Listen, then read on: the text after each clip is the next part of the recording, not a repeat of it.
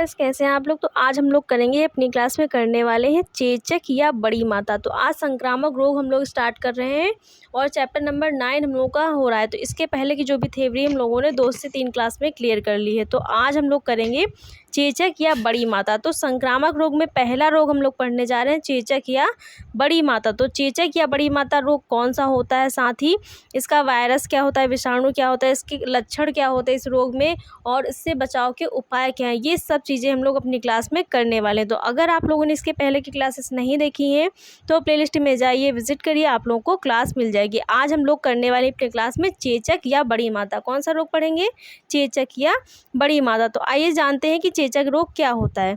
चेचक यह एक भयानक रोग है। कैसा है, यह एक भयानक रोग है। यह रोग दिसंबर से मई जून तक फैलता है। जो चेचक रोग होता है वो कैसा रोग है, एक भयानक रोग है। और ये कब फैलता है, ये जो है दिसंबर से मई जून तक फैलता है। कौन से महीनों में फैलता है, तो दिसंबर में सबसे ज़्यादा फैलता है, उसके बाद मई से जून वाले महीनों में ये ज़्यादा देखने को मिलता है और वर्षा काल में यह रोग समाप्त हो जाता है। और जब वर्षा काल आता है, जब बारिश का जो ऋतु है तब आती है, तब ये रोग क्या हो जाता है, समाप्त हो जाता है। और इसका जो सीज़न है समझ लीजिए क्या होता है, दिसंबर से मई जून वाले जो महीने, इनमें ये रोग ज़्यादा देखने को मिलता है। कारण क्या है इस रोग के, यह एक विषाणु, जो आपका चेचक रोग है वो किससे फैलता है, एक विषाणु के द्वारा फैलता है। और विषाणु कौन सा होता है, जो वेरियोला वायरस है, वेरियोला वायरस के द्वारा कौन सा रोग होता है, तो चेचक रोग होता है। और ये है क्या, तो ये एक प्रकार का विषाणु है जिसके द्वारा ये चेचक रोग फैलता है। यह विषाणु रोगी के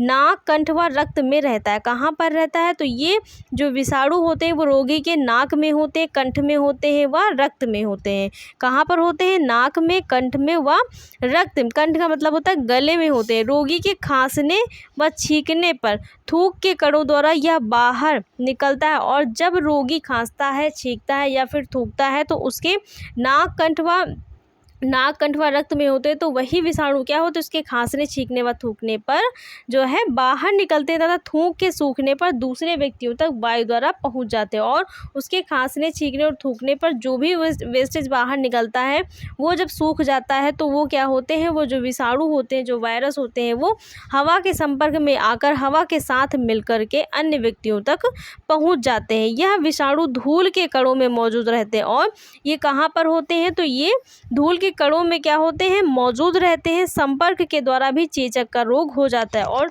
चेचक क्या है, एक संक्रामक रोग है। तो एक जो ऐसा व्यक्ति जिसको चेचक रोग हो चुका है, अगर वो किसी स्वस्थ व्यक्ति के संपर्क में आता है तो उस व्यक्ति को भी चेचक होने की संभावना होती है, क्योंकि ये एक संक्रामक रोग है, एक व्यक्ति से दूसरे व्यक्ति को होने वाला जो रोग है। तो यही इसीलिए इस रोग को क्या कहते हैं, संक्रामक रोग कहते हैं, क्योंकि एक व्यक्ति से दूसरे व्यक्ति को फैलता है।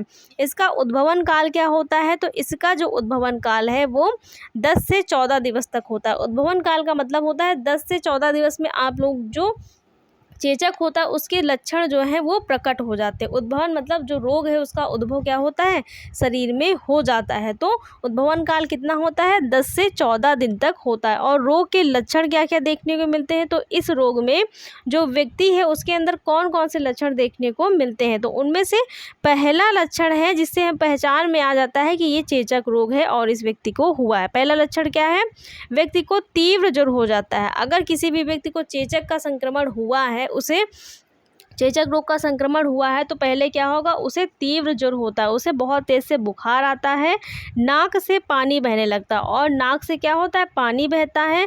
और साथ ही बच्चों में जो बुखार है वो 104 डिग्री से 105 डिग्री तक पहुंच जाता है। और जो बुखार है उसकी डिग्री कहाँ तक जाती है, तो जो बुखार है वो 104 डिग्री से 105 डिग्री तक भी हो जाता है। किसमें, बच्चों में। तो रोगी के सिर तथा पीठ में दर्द होने लगता है। और साथ ही जो रोगी है उसके कहाँ पे दर्द होता है, तो सिर में दर्द होगा और पीठ में दर्द होता है। ये सारे चेचक के लक्षण, अगर ये सारे सिम्टम्स दिखाई दे रहे हैं किसी व्यक्ति में तो समझ लीजिए उसको चेचक हो गया है। जो रोगी है उसकी आंखें कैसी हो जाती हैं, उसकी आंखें लाल हो जाती हैं, लाल दिखाई देती हैं। और उसके सिर और पीठ में दर्द होता है, उसकी आंखें बिल्कुल जो है लाल हो जाती हैं। व्यक्ति सुस्त तथा उदासीन हो जाता है। और व्यक्ति जो है वो कैसा हो जाता है, सुस्त रहने लगता है, उदासीन हो जाता है, कभी कभी जी मिचलाने लगता है, तो उल्टी भी हो जाती है। और साथ ही साथ क्या होता है, इस रोग में जी भी मिचलाता है और उल्टी भी होती है। सबसे पहले चेहरे पर चेचक के लाल रंग के दाने निकलते हैं। और पहले ये सारी जो लक्षण है वो प्रकट होते हैं, उसके बाद क्या होता है, उसके बाद जो रोगी है उसके शरीर पर जो लाल रंग के दाने होते हैं वो निकलते हैं। और सबसे पहले कहाँ निकलते हैं, तो चेहरे पर लाल रंग के दाने दिखते हैं। इसके पश्चात हाथ, पैर, पेट में पूरे शरीर पर दाने निकल आते हैं। और इसके पश्चात क्या होता है, धीरे धीरे जो दाने हैं वो हाथ, पैर, पेट व पूरे शरीर पर निकलने लगते हैं। तो सबसे पहले जो चेचक रोग है इसमें दाने कहाँ पर दिखाई देते हैं, तो चेहरे पर दिखाई देते हैं। उसके पश्चात वो पूरे शरीर में धीरे धीरे फैलने लगते हैं, निकलने लगते हैं। चेचक के दाने प्रारंभ में लाल रंग के होते हैं और चेचक के दाने जब निकलते हैं तो प्रारंभ में उनका रंग कैसा होता है, बिल्कुल लाल रंग के होते हैं। फिर धीरे धीरे फूलने लगते हैं। पहले वो एकदम रेड कलर के होते हैं, फिर जैसे जैसे समय बीतता है वो धीरे धीरे फूलने लगते हैं और उसमें एक प्रकार का जो तरल पदार्थ है वो भरने लगता है। मतलब वो दानों से थोड़ा सा बड़े फफोले टाइप के बनने लगते हैं और उनके अंदर क्या होने लगता है, एक तरल पदार्थ भरने लगता है, जिसे धीरे धीरे मवाद में परिवर्तित हो जाता है। और जो वही जो तरल पदार्थ वो धीरे धीरे क्या बन जाता है, मवाद, मतलब पस बनने लगता है। और जो दाने होते हैं वो लाल से कैसे दिखाई देने लगते हैं, एक प्रकार से वो थोड़ा सा सफ़ेद दिखाई देने लगते हैं। यह एक भयंकर प्रकोप लगभग 1 सप्ताह तक रहता है। और जो चेचक का प्रकोप है वो कब तक रहता है, अगर किसी व्यक्ति को चेचक हो जाता है तो उसको सही होने में कितना समय लगता है, लगभग 1 सप्ताह तक, मतलब 7 दिनों तक तो इस रोग का संक्रमण जो है भयंकर रहता है। 1 सप्ताह के पश्चात चेचक का प्रभाव कम होने लगता है। 1 सप्ताह तक ये रोग भयंकर रूप से व्यक्ति को ग्रसित करता है और उसके पश्चात क्या होता है, धीरे धीरे इस रोग का जो संक्रमण है वो कम होने लगता है। और पस जो उसमें रहता है, जो दाने निकलते हैं उसमें जो तरल पदार्थ पस के रूप में परिवर्तित हो गया था वो क्या है, धीरे धीरे सूखने लगता है। और जब वो सूखता है तो उनमें क्या होता है, खुजली होने लगती है और खुजली के साथ साथ सूजन भी आ जाती है। रोगी के शरीर में तीव्र पीड़ा होती है और इन सब के बाद क्या होता है, रोगी के शरीर में पीड़ा भी होती है। रोगी के दानों का पस सूखकर पपड़ी बन जाता है जो इधर उधर झड़कर गिरने लगता है। और लास्ट में क्या होता है, जब रोगी के दाने सही हो जाते हैं तो उन दानों पर एक प्रकार की पपड़ी बन जाती है और वो झड़ करके इधर उधर गिरने लगती है। तो ये सब क्या थे, ये सब चेचक रोग के लक्षण थे। आप समझते हैं जो है बचाव के उपाय। अगर किसी व्यक्ति को चेचक हो जाएगा तो उसे किस प्रकार से बचाव करना चाहिए, वो किस प्रकार से अपना जो स्वास्थ्य उसको उचित प्रकार से बनाए रख सकता है, कौन कौन से जो है उपाय उसे अपनाने चाहिए, किस प्रकार से अपनी देखभाल करनी चाहिए। या घर में किसी को हो गया तो किस प्रकार से उसे उसका जो बचाव है वो किया जा सकता है।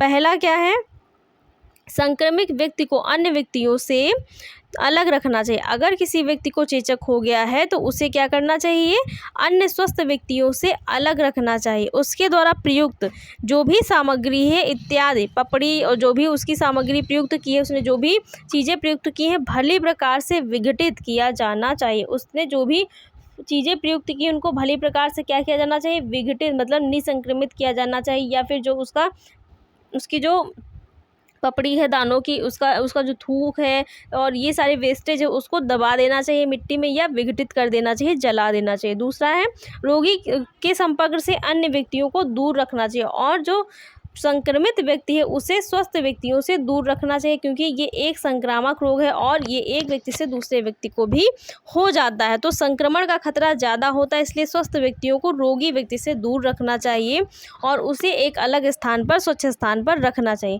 चेचक का टीका अवश्य लगवाना चाहिए। और जो सबसे इम्पोर्टेंट है कि जो अगर किसी व्यक्ति को चेचक हुआ है तो उसे अगर चेचक का टीका नहीं लगा है तो चेचक का टीका अवश्य लगवाना चाहिए। साथ ही जो डॉक्टर उसके परामर्श के अनुसार ही उसकी चिकित्सा की जानी चाहिए, देखभाल की जानी चाहिए। तो ये सारे उपाय अपनाए जाने चाहिए और रोगी की देखभाल बहुत ही अच्छे और स्वच्छतापूर्ण ढंग से की जानी चाहिए। जिस स्थान पर रोगी को रखा जाता है वो पूर्णतः स्वच्छ होना चाहिए। वहाँ पर जितने भी निसंक्रामक पदार्थ उनसे स्वच्छता की जानी चाहिए, जिससे जो रोग का संक्रमण है वो नहीं फैलता है और जो रोग है वो जल्दी से जल्दी क्या होता है, उसका जो संक्रमण, उसका जो प्रभाव है वो कम होने लगता है। तो आज हम लोगों ने क्या जाना, आज पहला संक्रामक रोग हम लोगों ने कर लिया है और वो है चेचक। इसके बाद जितने भी संक्रामक रोग हैं वो हम लोग इसी प्रकार से अपनी क्लास में कवर करेंगे। तो गाइस, आप लोगों को क्लास कैसी लगी? अगर क्लास अच्छी लगी हो तो वीडियो को लाइक, शेयर और चैनल को सब्सक्राइब करिएगा। Thanks for watching guys.